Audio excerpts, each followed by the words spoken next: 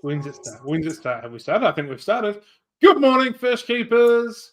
We've done it. We've made it to Friday. Friday of a short week, which is even better, although it does still feel like a Friday, which we're all happy with. Let's do coffee. Hooray! John got coffee? What's he doing? He's putting his I've hand got up. coffee. He's giving me I've got sign coffee. language. Sign language. All right. Okay, cool. Unfortunately, we could not find a guest for this week, so you're stuck with these two bozos. We've got this much on my list of things to do, and then we'll just talk a bit of junk from then afterwards, all about aquariums and tropicali fish. Good morning, Brian. How are you? Fun fact, I'm glad that you've said that, or you've popped up. When you're in the shop the other day and you're looking at those big rock structure things, and I said, my computer says I've got two, but I can't find the second one. Turns out I'd found the second one. It wasn't where I normally kept them. It was on a shelf far lower down than I was looking. So I did have two. My computer was right and I wasn't wrong. So I'm sorry about that. Good morning, Dan. How you doing? I hope your cories don't get all fungusy like mine. Keep going.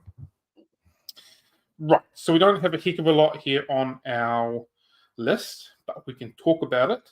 Most of it is related to spawning fish because pretty much that's what my life has been taking up of at the moment. So that's a fun time. Thing. Yeah. Leaving to work, that doesn't sound like a very good idea on a Friday. And hi, Helen. How are we doing? Better this week. No power cuts. Good. Fantastic. Okay. So this week in the spawning log, so to speak. Hello, Rochelle. How are you doing as well? Not good to see you've got a slight cold. So this week we've had spawns from the albino and the bronze corridors.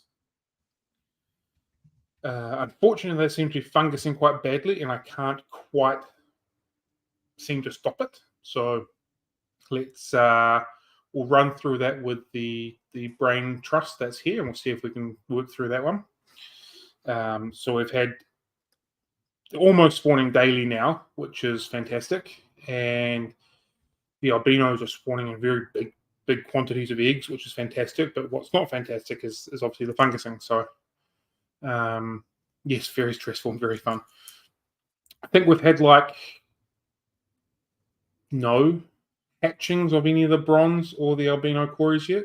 The only cories that have seemed to have hatched have been two Adolphi and one Venezuelan orange, where I've taken the eggs. There's some Adolphi fry in with the parents, which I missed. But other than that, they keep fungusing. So at this point, we'll just drop the eggs in the bottom, use some tannins, didn't work, use some methylene blue, hasn't worked, and this time around I've brought them into as this breeder box with some methylene blue. I looked this morning and it looks like they're already beginning to fungus as well. So something's not quite going on there right. I'm questioning maybe water hardness. Do I need to put RO water into the hatching aquariums? Would that be an option?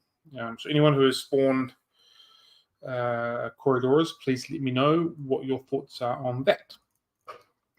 On a more positive note, Blue lacustris have spawned and Bosmani have spawned. Bosmani had a really big spawn yesterday, so I've taken all of the eggs from that, and we have some wiggling fry hanging around in one of the tanks and nothing in the other one yet. I think my estimate is that they'll hatch today or tomorrow, depending on their hatch cycle. So fingers crossed, next day or two we'll have a few more rainbow fish fry hanging around. So that seems to be going okay. And sorry, I just read Helen's comment and started having a wee bit of a giggle there. And the tourists are having terrible aim.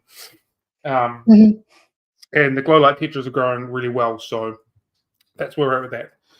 Yeah, maybe the boys aren't doing the job, but I would have thought that because the bronze and the albinos are both in different tanks, that between them they would be getting the job done at some point. And like I said, the albinos have been producing really, really big clutches, like big packs of eggs on the glass. We're not talking about half a dozen, like massive big spawns. So I would have expected at some point that would have worked. I'm taking the eggs off the glass with like a plastic card type thing, just slowly but surely rolling them up, and then just sort of scratch them off my finger, so to speak, as I can. So that could also be a thing. I wasn't aware that the males had bad aim, so I'll definitely have a wee look at that as well. So yeah, that's where we're at with that. Can I say something? Do you get alder cones? Yep. A lot of people, breeders over this way, put alder cones in as opposed to leaves and things. There's something about the antibacterial quantity of them. Yeah, so I'm going to play around with tannins, alder cones, katapas. Rooibos tea is another one that someone said on one of the posts yesterday. So I will be fiddling around with a few other bits and pieces if we can't, make it work. There's still early days, and first thing is to try and get them to hatch. Once they're beginning to hatch, then we can try and improve rates. But half a dozen, 10 times, still not getting any hatches, then it'll be time to fiddle around with different tannins, I think. So from what I've read, there is a lot of antifungal and a lot of different tannins from different products like that. So I'll be definitely there. It's in the mix, and we're playing around with that for that reason for sure. Yeah. Okay. Cool. So that's where that's at. On a positive note, although they haven't spawned, it looks like the Julies and the pandas are getting nice and plump, so we might be getting close in there. And we've also put spawning mops into the Pacific Blue Eyes and the Dwarf Neon Rainbows, so I'll be keeping an eye on them over the next couple of days, so hopefully we might get some eggs from them as well, which is kind of cool. Maybe try RO water. There could be something in the water. Yeah. I haven't tried RO yet, but it is, excuse me, it is on the equation to do a more mix. All the water goes through a big carbon block filter, so in theory, everything is stripped out. It's nasty anyway. But then I've got the RO unit as well on the side to take out absolutely everything. So that's what I've been using to try and spawn tetras with. So it's a potential to be playing around with them as well. So yeah. And I haven't tried an airstone with the Cory eggs to produce gentle flow. In this box, there's a little bit of movement, but I would have expected a little bit more. But an airstone is also in the mind to see if we can get them just wiggling. So I'm assuming, and I'm kind of theorizing that they're fungusing because there isn't enough movement around them, despite being in the methylene blue. There's just not enough movement going through and around and across them to be stopping the fungus. That's my theory, at least. Equally, I also haven't separated them into individual eggs, which I have seen people do before to get a better success.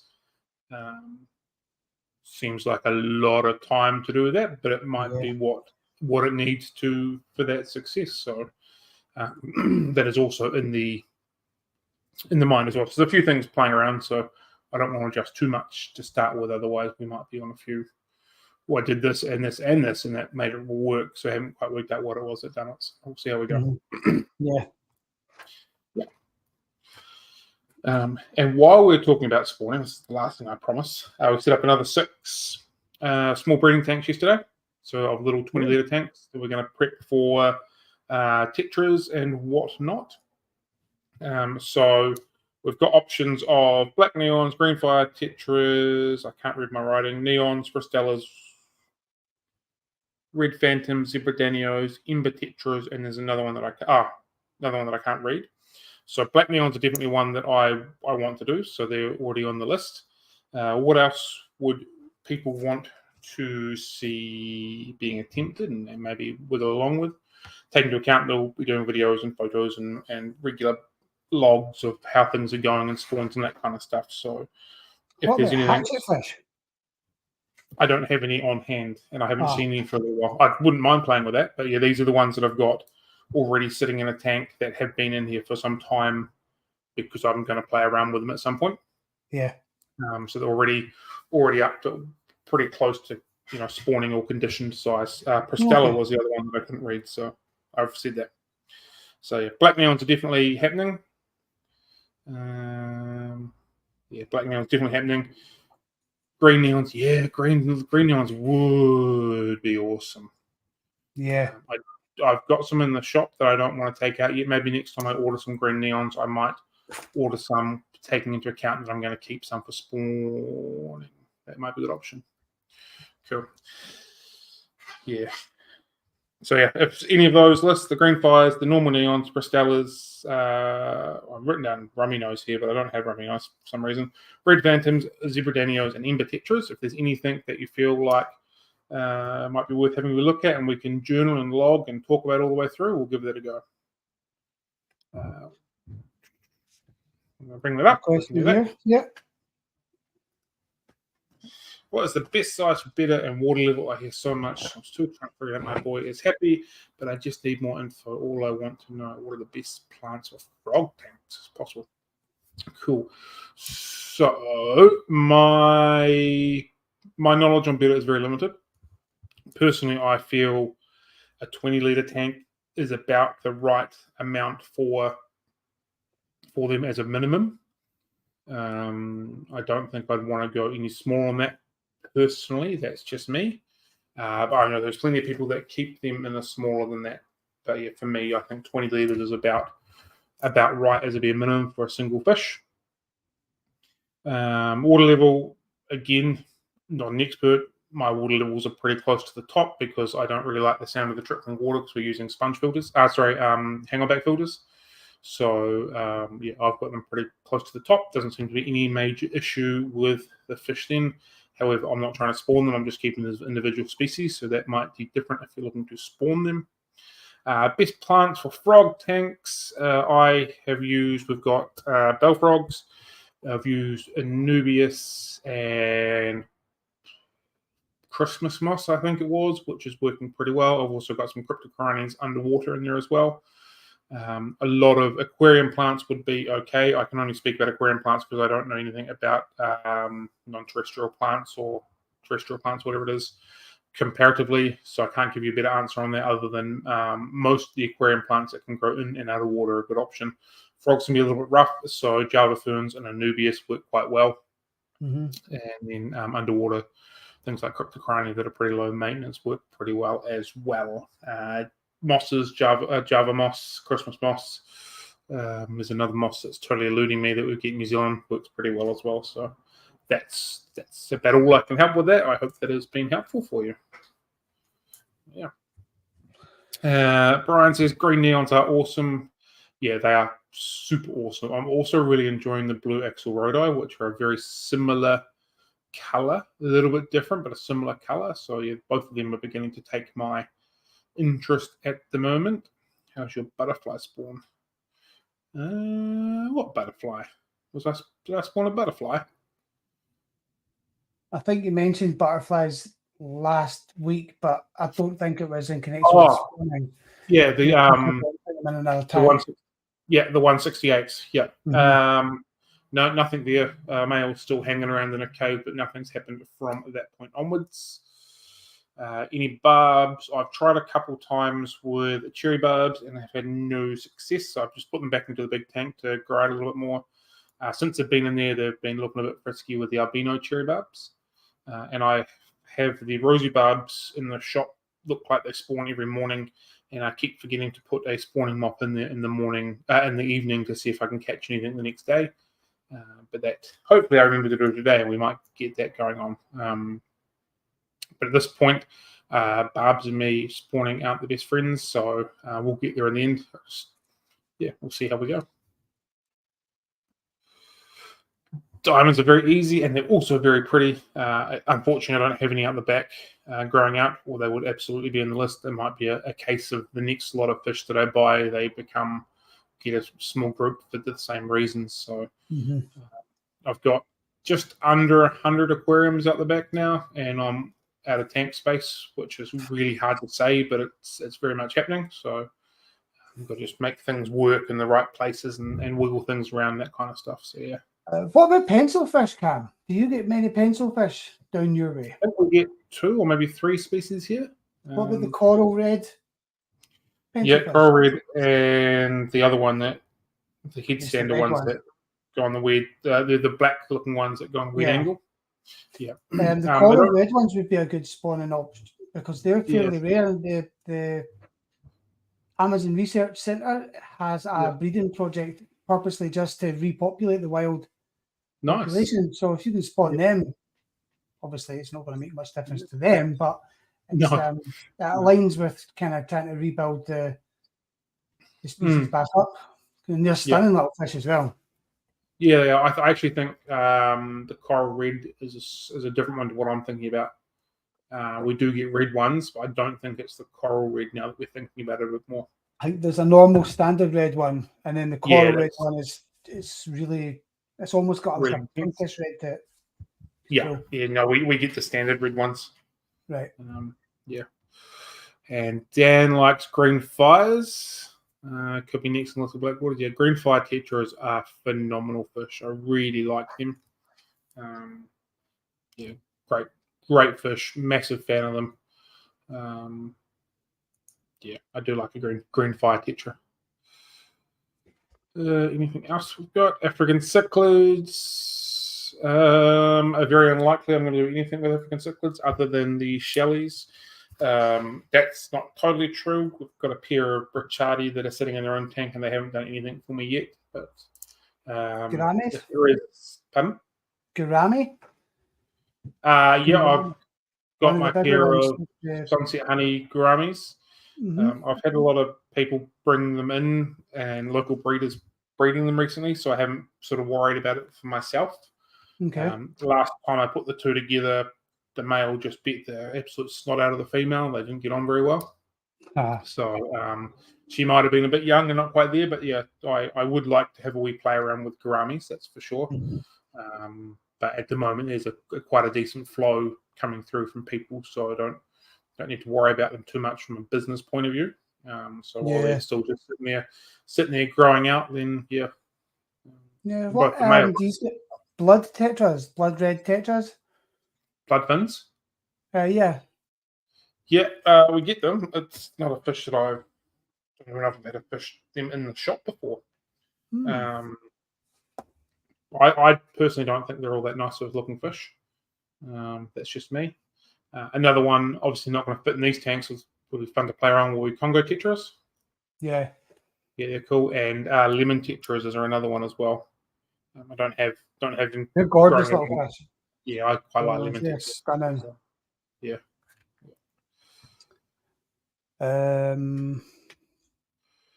So, back to the Africans. I've got. If I am looking for any of them, it'll be like dwarf species from Tanganyika, the lupais. I've got the Aussie shell dwellers and the Bracciati. And if the Frontosa do some magical stuff for me, then I'd be cool for that as well. But for the best part, I'll be only worrying about the smaller species of the dwarf Tanganyikan African cichlids, not so much the Malawis or anything like that. It's not that I don't like them; it just doesn't really kind of align with what we're trying to do within the business, if that makes sense. So what's the most unique fish we have at the moment? I think it's probably the blue axle rodi or the tail spot cories. We haven't seen them for quite a while. So not so unique being a corridor, but not the most commonest one around. So I think probably one of those two would be in that realms. I think that's probably the most unique fish that we have hanging around at the moment. The blue axle rodi or the tail spot cories.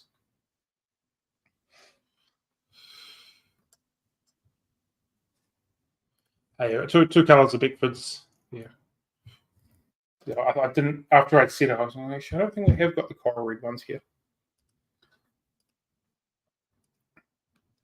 You're talking about the gold head purple roseborers? I think they are spectacular fish. I wouldn't mind playing around with some rasbor at some point. At the moment, just looking at the barbs and tetras, but definitely rasbor, harlequins, and the purple gold heads. They're beautiful. Be on the list of things to play around with in time. my understanding and from what I've witnessed is they spawn underleaf stuff as opposed to scattering eggs everywhere. So at the moment, I'm playing around with egg scattering fish as opposed to underleaf type spawning fish. But they'll definitely be on the list at some point. So we'll see how we go from there. What about, I know you said barbs and tetras, but the thread fin rainbow? Red fin rainbow? The thread fin one. Oh, thread fin, yeah. Yeah. I don't think there's any available at the moment. Ah. If there were, absolutely. So that's why I've got the Pacific Blue Eyes in there at the moment. Yeah, I know. They're gorgeous as well. Yeah, just because I've got them, I thought we'll give them a go. Reluctantly bring them at the front at some point, but yeah, wouldn't mind playing around with a few different little of the smaller rainbow fish and see how we go, just because they're cool. So, and I've got the Pacific Blue Eyes listed already on the website. But if for some reason I happen to find some eggs from the next day or two, they may or may not end up going to the front of the shop to sell. We'll see how we go. And we've got Braxton. G'day, mate. How are you doing, pal? Hope you're well. Oh, he's gone from Facebook and he's jumped himself onto YouTube. G'day, mate. Thank you for joining us. It's always appreciated when Braxton, the superstar aquascaper turned African cichlid daddy, joins us. So hope you're well, my friend. I hope you're well. Cool. So I can cross all that off. We've done a bit of spawning chat. Rochelle mentioned the cycling tests. So, yep, that has begun as of yesterday. So if you're not following us on Facebook or possibly TikTok, we've set up 20 tanks. 10 tanks, and we're doing some cycling tests. So we're running through 2 tanks with bottled bacteria, so we're using stability, 2 tanks using frozen prawn for like the more natural approach. We've got 2 tanks that have had filter muck squeezed all through it. We've had 2 tanks that have got a pre-cycled sponge filter added to it, and 2 tanks that have Dr. Tim's ammonia, just for a pure ammonia source. So that was all done yesterday. Did some tests this morning, and the Dr. Tim's had 4.0 ammonia in both tanks. The prawn had 1.0 in both tanks, which surprised me a little bit. I expected a little bit less from overnight. Stability had no ammonia. The cycled media had none, and the squeezed out filtered muck, one had none and one had 0.5, which I thought was a little bit weird. So I retested it twice and they both came up with 0. So that was just a bit of an anomaly or anonymity, or I might have made a mistake in it or something like that. So we've double checked that and that's gone back to 0. I've always been curious with using cycled media and filthy filter water, if that makes any difference to nitrites and nitrates. So I also tested them. Nitrites on all of them are 0. Nitrates both have readings, which makes sense because you're bringing that mucky nitratey stuff with you anyway. So that's where that is. So we've got fish in the pre-cycled and the mucky water tanks already. So I'm basing everything on what would be common practice in the hobby, and commonly most people say that once you squeeze your filter muck in or put a cycle filter in, you can put fish in straight away. So I've put them in straight away already. So I put them in that afternoon. So I'm going to put 5 guppies into every tank. So I put 5 into those ones. Most people that come in or I've spoken to that use stability or bottled bacteria say that after 3 days you're good to put fish in. So in 3 days' time I'll begin putting fish into them.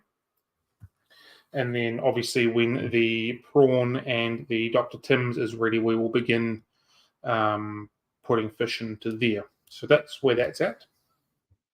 The question that I am unable to answer or don't know quite how to answer is what is going to be considered cycled, what is going to be considered safe for putting fish in. My understanding that stability, you're not going to get the ammonia, you're not going to get the nitrite, because that's how that bacteria works, and you can put your fish in anytime you want within 7 days. Becomes a safe environment to do so, but it's not having ammonia or nitrite readings potentially no nitrate later on. And I feel that's probably going to be exactly the same way that the cycled media and the mucky water is going to do as well. It's not going to produce ammonia. It's not going to produce nitrite. It's going to go straight to nitrate. So then what is considered cycled, not cycled, safe for fish, all that sort of thing. So that's the question that I'm internalizing. I'm not quite sure where to go with that one. Obviously, the ammonia and the prawn are going to go through a full cycle. So, yeah. So, if it all goes to how it should, put fish into this stability tank in 2 days' time. No fish loss in any of the tanks. Does that mean any of the methods don't work? In theory, they've all worked. They've got fish that are healthy and living in safely in there. So it's just, not too sure how to answer that or how to sort of work along those, if that makes sense. Mm-hmm. Yeah. I think it's finding that point where you say, that's the tank completed the test. Yeah. Yeah. So obviously, once the fish goes in and you've not had, like you said, not had any deaths or any signs of deterioration for maybe 2 or 3 days, you call it in that point and then time it in these tanks. Or potential spikes and stuff like that. So the other thing is, like Rochelle said, that she thinks that I'll bring up the comment, the tanks are dirty or the filter media will be ready first, and absolutely, like I'm well aware that the prawn one is going to take the longest, and the Dr. Tim's is going to be the second slowest, and then we're in just stability after a week, and the other two are basically instant. So time-wise, we already know the order that they're going to occur, but that's not really what we're trying to find out. We're trying to find out if they're safe or not safe, and how the cycle process go, and how the testing test all the way through, and all that sort of scenario. So it's an interesting dynamic, and what is right and what is wrong, and how are they kind of being perceived for the answers and that kind of stuff as well. So, and we're doing it in a very, very scientific way. So, with pre-cycle filter, I don't really think it's necessary to use stable. 100%. 100% with the pre-cycle stuff. I don't think it's necessary to use a starter bacteria at all. It's got all that gunky and all that bacteria is already in with the pre-cycled filter or the filter mix. So for sure you don't need to use that stuff. And as long as it's pretty well wet, it's good as well. Have a good day, Brian. Equally, we've put the 2 fresh, clean, uncycled filters into a tank that was well established, well dirty, with fish in it. So I'm going to do a few tests on that as well to see if they have any spikes, because that filter itself will need to recycle, despite the tank itself being all mucky and full of bacteria and kind of stuff. So I'm curious to see how that's going to play on the other end as well. So for sure. Bare minimum, I think it's going to be 6 weeks or possibly longer for the prawns to go through their cycle as well. So it's not going to be a short test. It's definitely going to take a bit of time to get through it. But it's all fun and games, and we'll see how we go. All for the sake of science. Mm-hmm.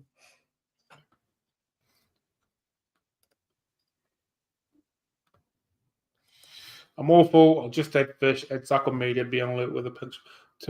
That's the way a lot of people do it as well. It's not. All of this is stemmed from Cameron and Ryan and myself talking about it, and my belief that using cycled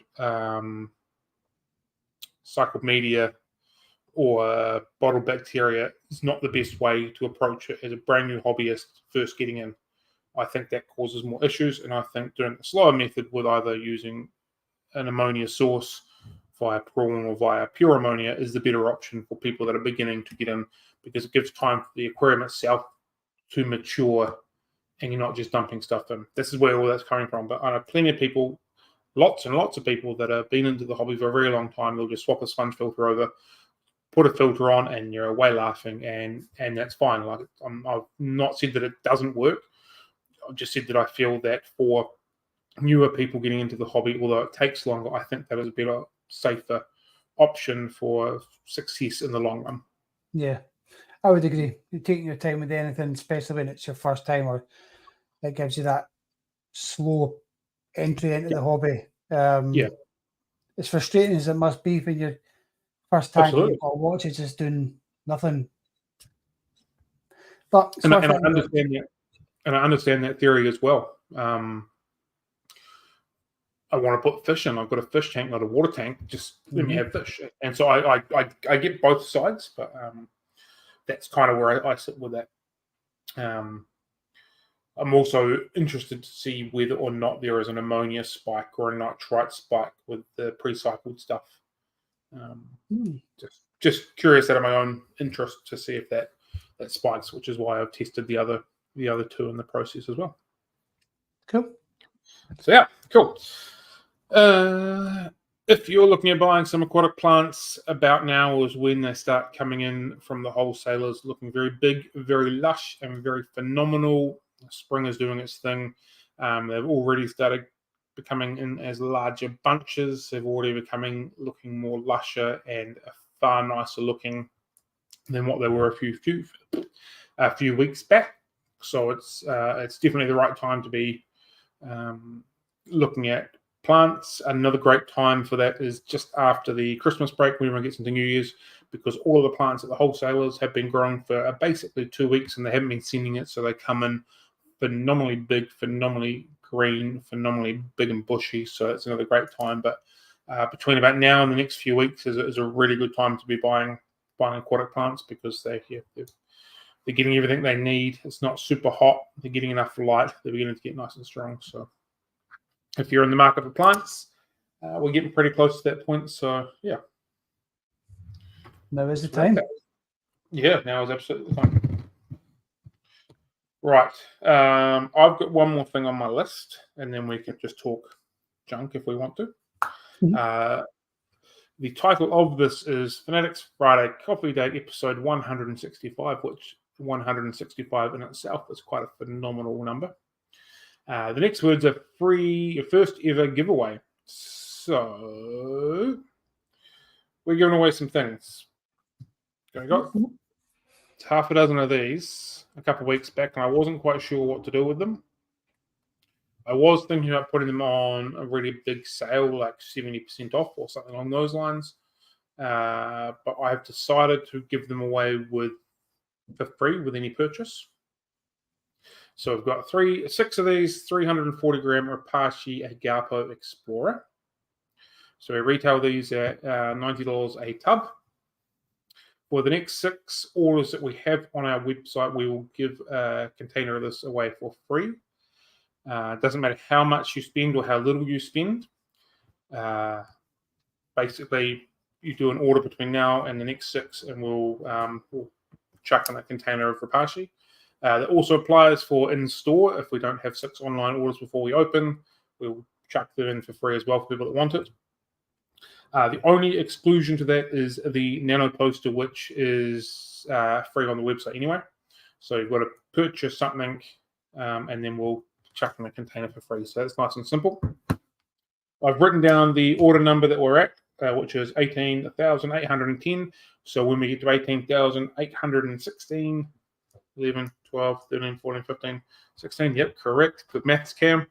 That'll be it. So if you want to give this a go, you haven't tried it before, or you have used this before and you love it and you want a free container, any purchase on the website, doesn't matter if it's $3 or $3 million, we'll give you a free container of this. If it's $3 million, we'll probably give you more than one free container just for the sake of it. Duly noted, it is short dated. It's only got a couple of months left on it, but it'll be fine after that point. It's still sealed. I've used Rapashi and plenty of other fish foods well past the best before date and have never had any major issues. So no dramas with that. So if you want to get yourself one of them, we've got 6 to give away, $90 retail value. So get amongst that if you are wanting some freebies. Nice and simple, any purchase, and you're good to go. And I was lying, I had something else in here that I missed. Just apologies for not putting out many shorts over the last few days. I've been busy setting up tanks and spawning fish, so I haven't had a chance to edit all the videos. That applies to the 3 Idiots podcast as well. I'm well behind on both of my video editing and short cutting work at the moment, so I apologize for that. Okay, I've got a comment from Michelle.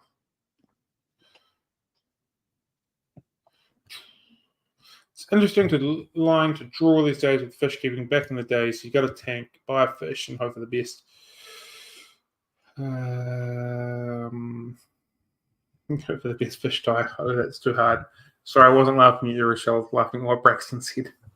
Now there's more awareness that there's actually a process and still some of the old methods. Yeah, for sure. Yep. And there's lots of different methods that still work, but there's better methods. T8s are a prime example. T8s grow plants just fine if you've got the right plants, but LEDs are the way to go for everybody. I personally still love T5s. I think they grow plants just fine as well. Metal halides grow plants ridiculously well. They're just not as controllable. So there's plenty of old methods that work that just haven't kept up with the times. So, yeah. So there we are with that.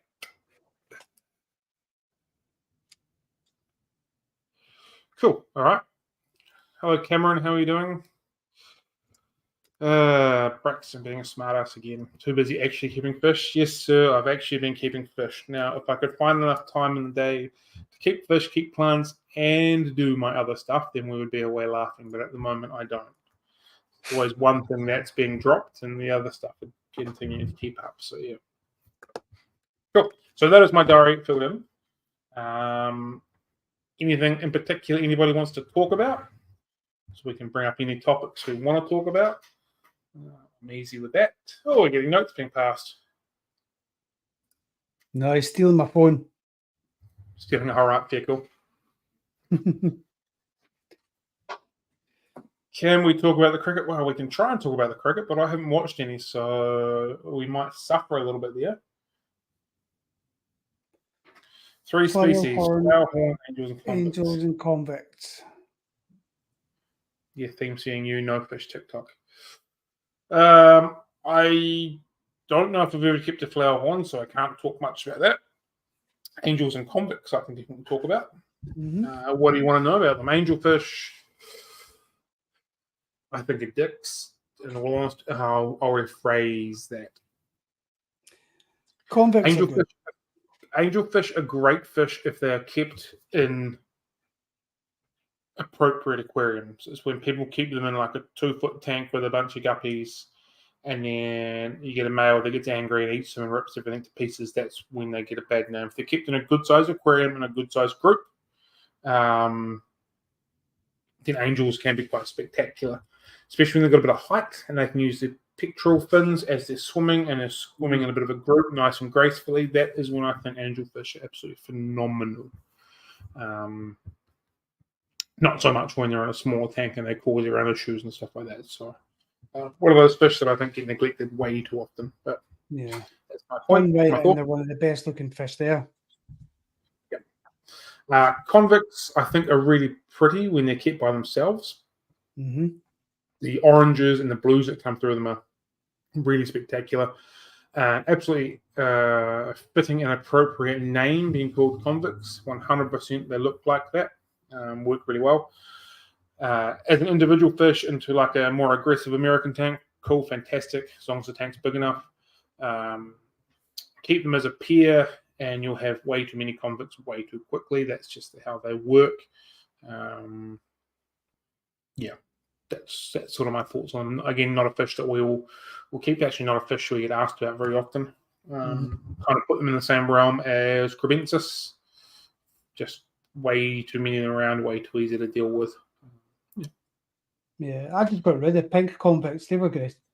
Quite aggressive though. Out of all the convicts, I think they're the most aggressive ones. Yeah. But the colours that come through them are really nice. They've got blue eyes as well. Oh yeah. I'm not a huge fan of the pink ones. I personally prefer the normal, original, standard ones, whatever you want to call them. I think the green. Speaking of blue eyes, I love T-bars and that blue that glows. Man, that's cool. Like so I've got my pair in a blackwater tank, a botanical tank, and like you can just sort of see the eyes sparkling as they're coming forward. Man, it's just that's a really cool feature of them, I believe. Yeah. Definitely. What's Cam saying? Loved convicts.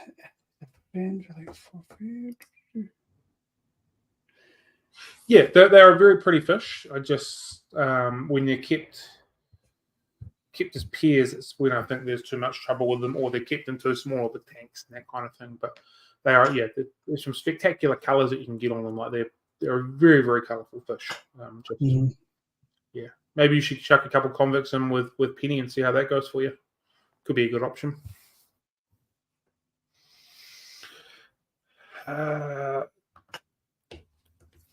Thank you very much, BJ. Much appreciated.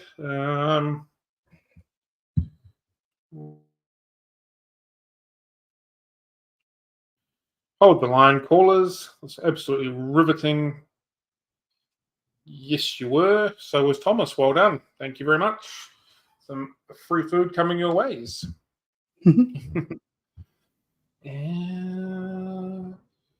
Well, you want to talk about themes for your new no fish TikTok.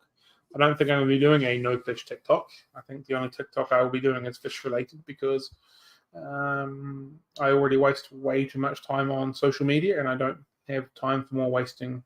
So, sorry, buddy. The only TikToks we'll be doing is fish related TikTok.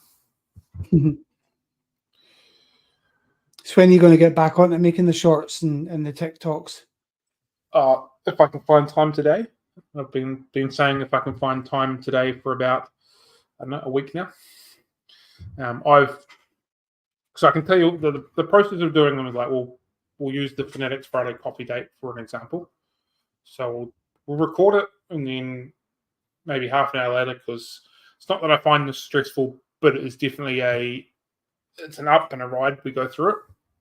So then, what a thirst trap.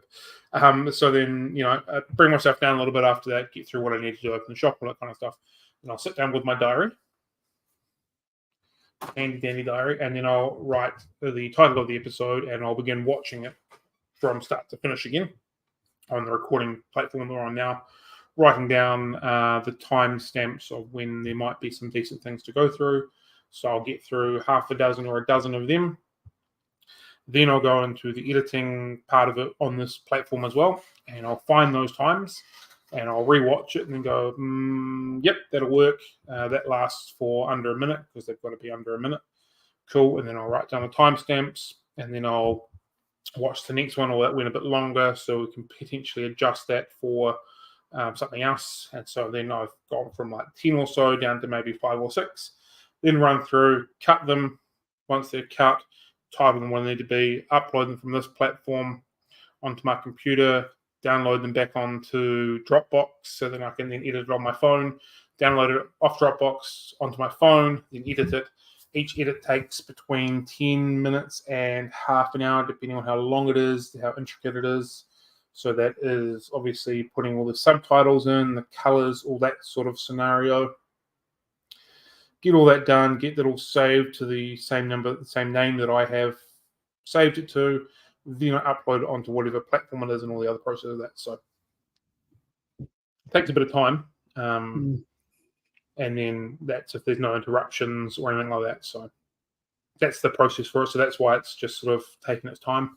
When things are happening out the back and stuff like that, I just need to prioritize that sort of thing. So, yeah. So fingers crossed today. I've got to the point from last week's coffee date with Tropical. Was it the week before? That was the week before. Okay. So I've cut some of them. I've got 3 that I've cut and not edited, which will be hopefully done over the next couple of days. I haven't cut anything from the last 3 Idiots podcast yet because I haven't had a chance, so that needs to be done as well. So there's several hours worth of work for me to continue to chop through amongst everything else. So fingers crossed I can get some more stuff out for everybody in the next day or 2. We'll see how we go. Where are we looking for? Question. 300-litre sump that is setting up an automatic water system. I don't want to drill the sump. Will a sump pump work with a float switch? 10. So you want to do an automatic top up or automatic water change? automatic top-up will work because I believe that's how reef people use their top-ups. On a float valve, goes down, float valve opens up, water gets refilled into it. So if I'm doing a top-up, that will work. I think doing it via water change, it'll potentially work as long as you've got enough slop left in the sump to make the water change worthwhile. From what I'm reading, don't want to drill the sump. Sump pump work also. So you're sump pumping out and then sump pumping back in from where your water supply is. Is that right? Is that how we're reading that? Is that how you're reading that, John? Pretty much, yeah. Yeah. Simple work with a float switch, the kind you get from miter to how it's to be done. So it definitely says the top up. Yeah, he's saying here it's the top up.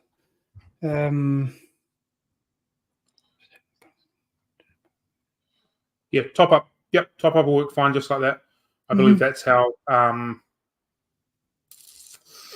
saltwater guys do their setup with a float valve, and you'll just need a barrel of water or a container of water beside it. Yeah, that's what I've done. I've just used a 60-litre drum. Yeah. Filled with fresh water. So, like in theory, you could drain say 50% from your main tank, and then as that begins to lower the water level in the sump as it's being blown back in, that'll open up the valve and then it'll begin to top back up. So that would work in that theory, if that all makes sense. I've got 3 female cons and 1 male hen for ages, still no fry. Oh, that's interesting. Would have expected by now there'd be plenty of fry with a male and a female. Generally, you just add water and you're away laughing. I know. So, yeah. Maybe put some small divot fish in. Yeah, possible. Although with big American cichlids, it might mean small divot fish will be eaten. Right enough, yeah. Yeah. Is that good? Are you talking about this? Yep, it'll be absolutely fine for community tanks. Agapo Explorer is based around more rainforest style fish. It's got berries and fruits and stuff like that in it. Black soldier fly larvae, banana powder, mango powder, mulberry fruit, dandelion powder, almond. So it's all kind of based on fruits and nuts and stuff like that, which are in the rainforests. So a vast majority of the fish that most people keep will be absolutely fine on Agapo. It also smells delicious, and it's a slightly purple color, which I think is kind of cool as well. And with that kind of that food, you make a paste, don't you, and spread it on like a rock or something? Yeah, so you can like a pleco cave or a rock or whatever. Once it's so wet, you can dip it and roll it in it, let it sit on top, and so your plecos can graze on it or wood or what have you. Or you can set it into a gel and just break up pieces. Right. You can use cold water and it stays as a liquid, like a liquid fry food. Or you can feed it out as a powder. So there's multiple uses for it. If you do feed it out as a powder or as a liquid, it takes away the value from it, which is like a 340-gram container works out to be 4 times the amount by the time you mix it up. So if you're using cold water or just as a powder, you're not getting that volume from it as you would from mixing with hot water, but you can do it those ways as well. Cool.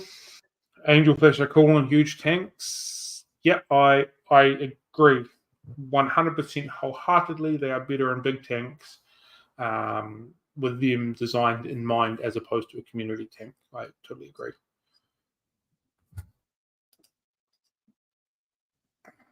Angelfish. You're allowed your opinion. You can have your opinion. That's okay. Everyone's allowed it. And Cameron, I'm not going to be giving you a thirst trap. I am sorry. Although, if you scroll through one of the TikToks I did do a bit of a song and a dance with a bit of a rope swing because I won an argument with you. So there is some thirst trap action in there anyway. Where are we?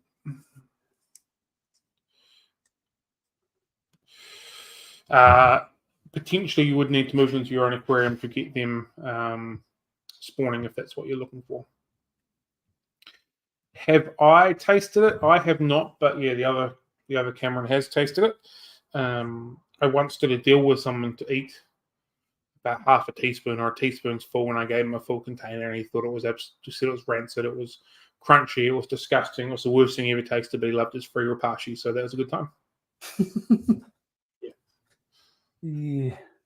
Yeah, it's definitely not something I'm willing to partake in. It's not really my interest. Yeah. What's your Also, opinion on right. frozen mysis? Do you get that? Frozen mysis? Yeah. Yep, we get that. We stock that. What size of packs do you stock it in? 100-gram trays. 100-gram trays.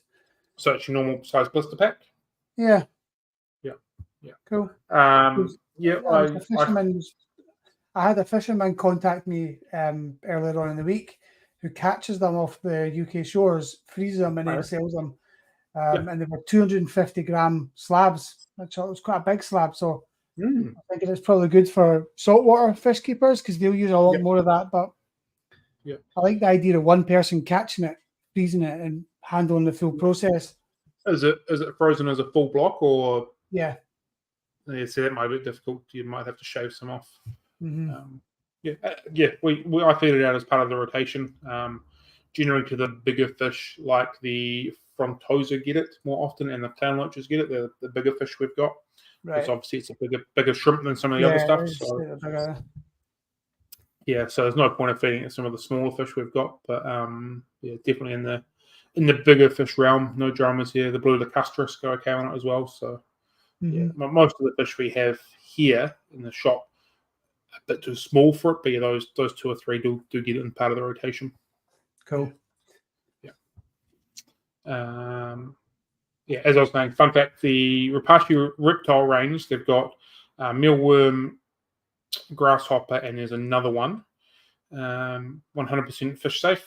I've been trialing with them. All the ingredients nearly identical except for one. Which I did a bit of research on. It's fine. So if you wanted to get a bit more insect or bug into your aquarium fish variety, the Rapashi insect range works really well for that as well. So I've been feeding the glow light fry on that because they've got a small container and they've got a little shake lid. So I've been shaking that on.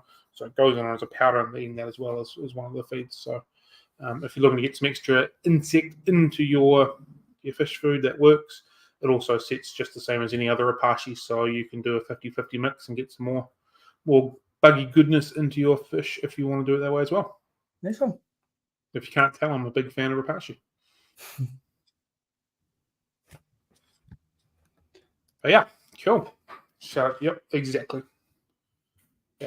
Yeah. I think it's a massive key component to fish health, fish growth. Yeah, everything in general. I don't think it's a one and done food. I don't think there is any one and done, but it's definitely a part of the magic elixir, that's for sure. 100%. Yeah, it's fantastic as a fry food.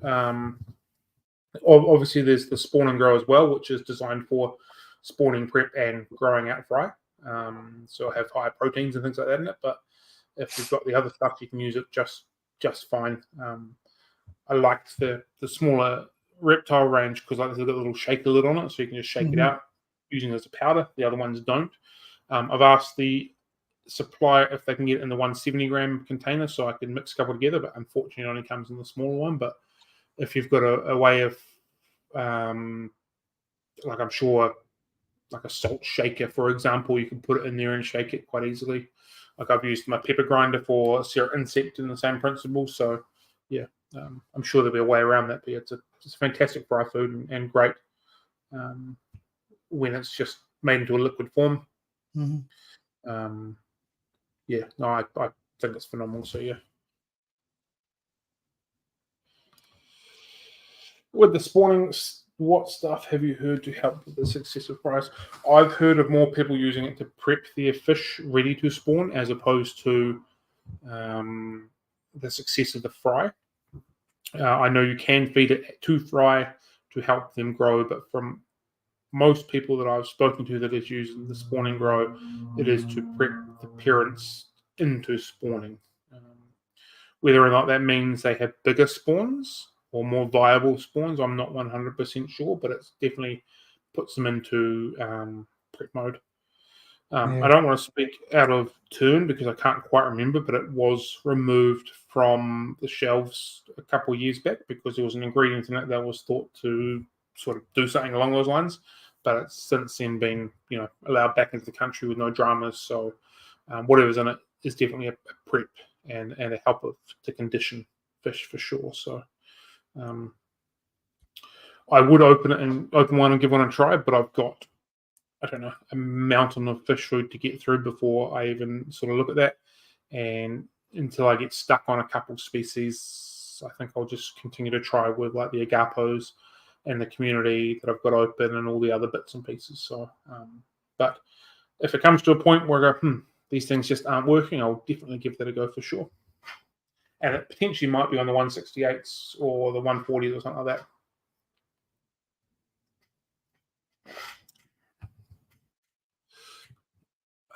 Did I give up selling on trade meat? Yes. 3 months ago, maybe.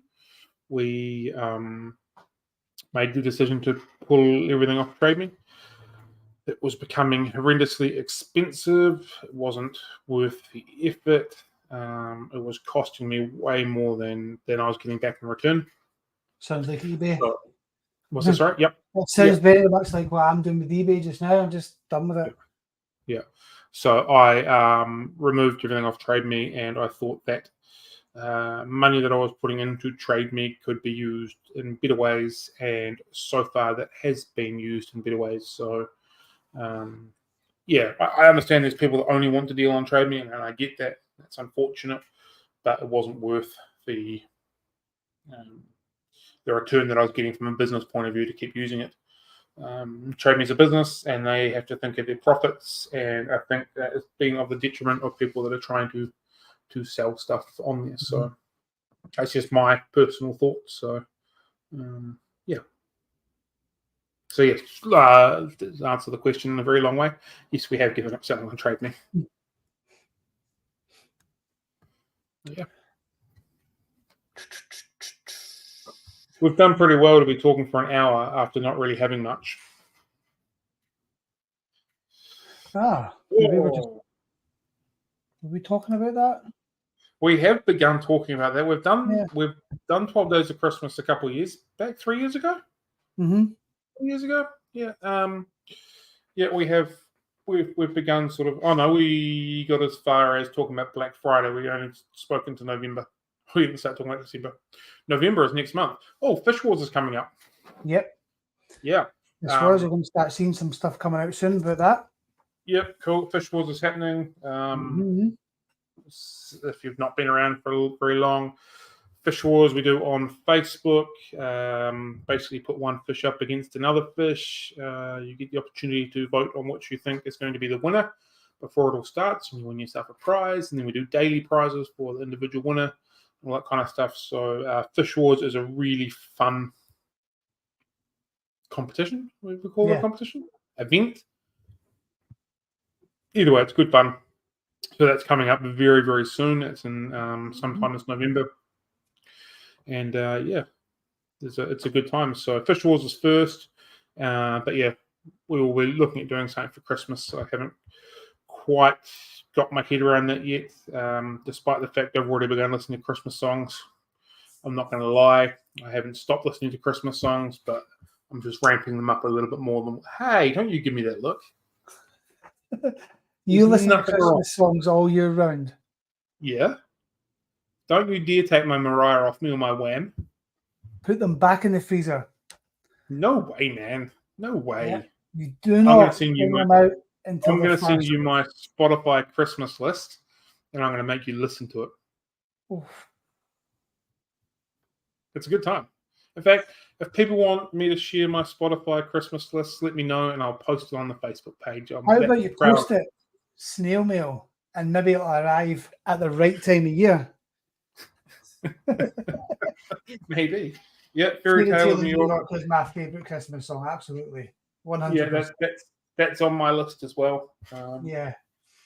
I do enjoy me some Christmas songs all year round. If I listen to it like when I'm listening to them like June, July, nobody looks at me weird. But if I'm listening to them at this time of year, people are like, it's way too early for this. But it's never too early for Christmas songs. It's perfect. Yeah, they are uplifting.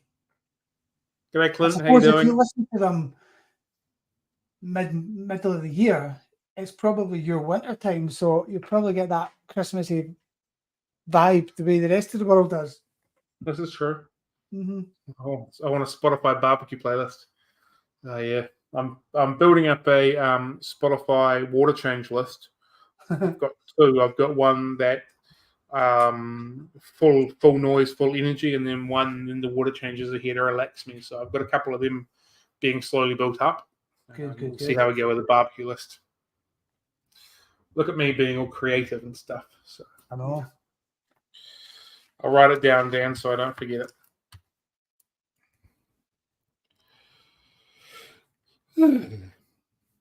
So we've been an hour. Do we all want to keep sitting here talking smack, or do we want to go about our days? I'm easy either way because I've got another hour before the shop opens. Mm-hmm. It's entirely up to everybody. I don't mind. Got any questions? The body's hit the floor. Yeah. Pre-ground water change. Oh man, if only I could control the weather, how good would that be for spawning stuff? I know.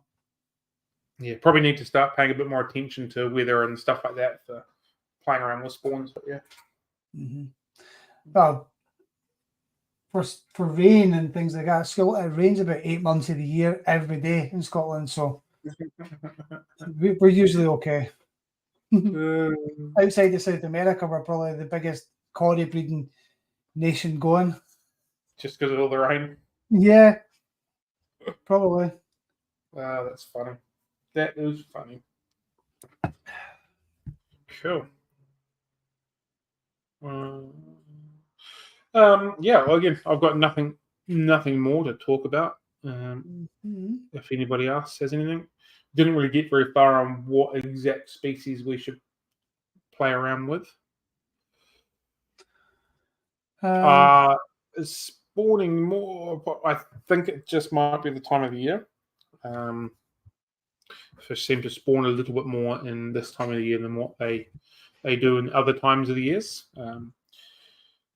From my point of view, it's just been where I've been directing the fish room business for the last few months, and now it's just sort of beginning to get to that point.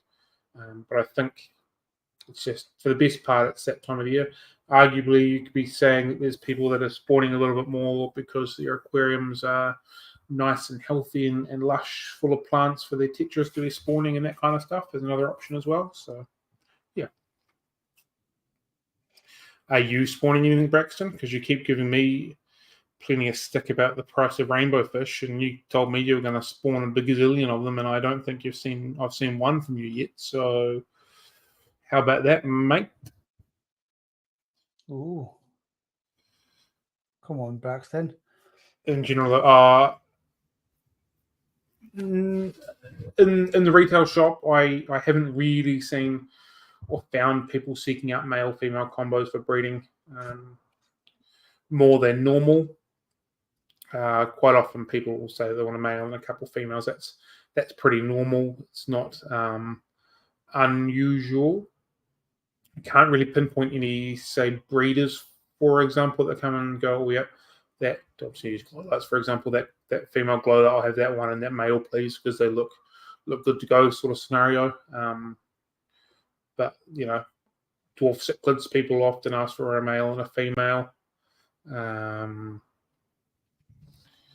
Live bearers, it tends to be either male and a couple of females. That's pretty normal, and I don't think that there's any more than normal. Yeah. Mm-hmm. Yeah, I think that comment there is a more likely occurrence. People set up a really nice ecosystem for their fish, and then they just get more fish from that ecosystem being set up and perfect with the conditions of the fish. Yeah. That's what the kind of approach I like to take when it comes to spawning. I've not got the mentality for actively trying to do it. So I just like to create an environment, and if it happens, it happens. It's just an indication that I've got it right. And if it doesn't, then it doesn't. Yeah. And like being a fish breeder, like specifically breeding fish is another subset of keeping aquariums. Like there's so many different avenues, and there's plenty of people that just want to set up display aquariums, have beautiful tanks like yours, Braxton, and not too worried about spawning. And there's the same thing. People spawn lots of minnows or guppies or whatever by accident, just kind of happens, and they've got it like that. Or people just want to set up this beautiful aquarium, and then they just multiply themselves. And then there's people that do a bit of everything. Have totally got the bug, got 6,000 aquariums and 6,000 different species only tanks dedicated to, a fish room dedicated to only cories or only plecos. Like there's so many different avenues. So, and I think Helen is completely right. We do need to keep breeding, otherwise things will happen with the CPDs. It might sound really funny, but I'm concerned that zebra danios might do the same thing, like because we can't import them anymore, and they're such a common fish. Because they're so common, people go, I don't need to worry about that. And then all of a sudden, there's only a few people holding the bag, and you might laugh and think, zebra danios, they're going to be everywhere. But at one stage, the CPDs were everywhere, and so it's a bit of a worry that something like that might happen with the zebra danios, for example. So you never know. No, there should be people set up as a breeding school, just a breeding houses. Yeah. You guess you got to have the interest, and you got to have the time and everything that goes with it as well. So, and the setup, like the thing that I'm personally struggling with at the moment is like I can set up these little spawning tanks. That's fine. We can get a spawn. That's fine. We can get fry. That's fine. Then what's the next step? When do they go to a bigger tank? How many tanks along the way? When do they just go from a mid tank to a full grow out tank? And then from there, supply comes of things from a business point of view. From a hobbyist point of view, it'll be a little bit different. But from a business point of view, so I've spawned 50 cardinal tetras. When do I need to have another spawn of 50 to continue to make sure that the flow doesn't run out? Do I need to spawn continuously for a month straight to get 5,000? Do I need to spawn every once a week? So I've always got 200. So that's from the business point of view, supply issues and control. They've got to work on that one. Slightly different to hobbyists, where cool, I've spawned, I've got 50, I've done it twice now. I'm really happy with that. I can move on to another fish. A local fish shop, do you want to buy 50 of my glow light danios, for example? If that makes sense. So, no, it does make sense. It's about getting the conveyor belt working in a time that you can manage, and it makes sense for supplying the shop. I get it. Yeah, and it's like I've got a rare fish. Do I want to drop the guts out of the market? Paid $200 for it. I've spawned. I've got 5,000 of them now. I'm going to sell them for $50. I get my money worth, and they become a cheap fish. Great, everybody's got them. But there's lots of weird little dynamics to go around with it. So, end of the day, as long as people are enjoying what they are doing and having fun at what they are doing, that's all that really matters. Yeah, it's about the fish. Yeah. Well, not anti-breeding. I've just seen a lot more focus on it. I can't say that I've seen more focus on it. Definitely seen more focus on rarer plants of late, which is really cool because there's some very cool plants hanging around now, which is awesome. Thank you to the people that bring in the tissue culture. There are some cool new things going on. So, at least not where up here in Nelson. I haven't seen a lot more focus on breeding.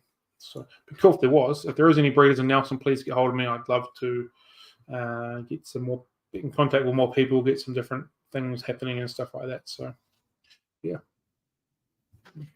At one stage when we first moved into the building, I considered, so there's a place here in Nelson called the Food Factory. So Pic's Peanut Butter, which is a really big known peanut butter brand in New Zealand. The guy that owns it built this this industrial kitchen, a couple of industrial kitchens in this one complex. So small businesses can come along and produce their products so they don't have to own their own commercial kitchen. So he rents it out to them, and then they produce their product and go from there. So when I first moved in, I thought, it'd be really cool if I could just set up a few tanks. So if there's people that are really interested in breeding, don't have the space or whatever, hey, you can just, here's your fish, you do it, you look after it and stuff like that, and spawn them and go from there. But the logistics of doing that and then having people coming in and out of the shop and all hours of the night and all that kind of thing didn't make any sense. But I thought that'd be quite a cool little thing to build the community and build the hobby in the area and that kind of stuff. Yeah, I mean, maybe even if you had it just a set day of the week for you know, like a club, but then you don't. Yeah. Then you're going down that route where you're creating a club, and that in itself brings different challenges. So yeah, from a business point of view, it just didn't make sense. And then just the door would always be open and all that kind of stuff. So yeah. New Zealand being so isolated country, probably more difficult to get good quality fish fry. Be more of a challenge being inbred at some point. I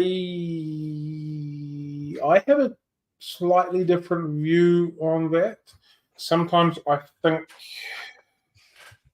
people misuse the word quality for bad health or poor conditioned fish or even small fish. You can use African cichlid peacocks, for example. When they're coming from the wholesalers, they're small, they're not that colourful, they look fairly average. Give them 6 months to a year and they look really bright and phenomenal. You've got to pay more for those bright, phenomenal fish, but it doesn't make this fish to this fish any less quality because it's just had time to grow up. So I think that might get misstrued a little bit from time to time in that. And then same with ill health of fish is another one. That's not downplaying things like bent spines and weird gill plates and all that kind of stuff, deformities, which does happen. But I believe over the last couple months, I've found that at least 2 of the 3 bigger suppliers seem to be improving on that, and there seems to be less culls coming through, which is nice. Better conditioned fish coming through, which is nice. And we can use cardinals because it's in my mind. They're bringing in new cardinal tetras every 6 to 8 weeks, for example. So the odds are if you buy 10 cardinals from one shop, you buy another 10 cardinals from another shop 2 months later, they are going to have different lineage altogether. So, big fish breeding facilities, they're not spawning one male and one female to produce all of their fish. They'll have 10, 20, 30, 40, 50 different pairs going to produce all of their fish, and they all get thrown in the same vat. So the chances of this spawn coming through and this spawn coming through at the same time are pretty slim, but these are mixing anyway, and so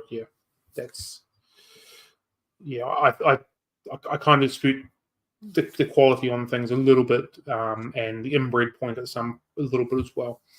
There'll be absolutely some fish that's 100% is such small volume of them here. Killifish would be a really good example of this. So it's just small market, and there probably will be a little bit of inbreeding in there. But also, the animal kingdom is rife with inbreeding. That's pretty normal for fish to inbreed, so it's not unusual, or an animal of any description inbreed, so it's not unusual, and it's not to look differently upon. So, a couple of different minds on that one, if that makes sense.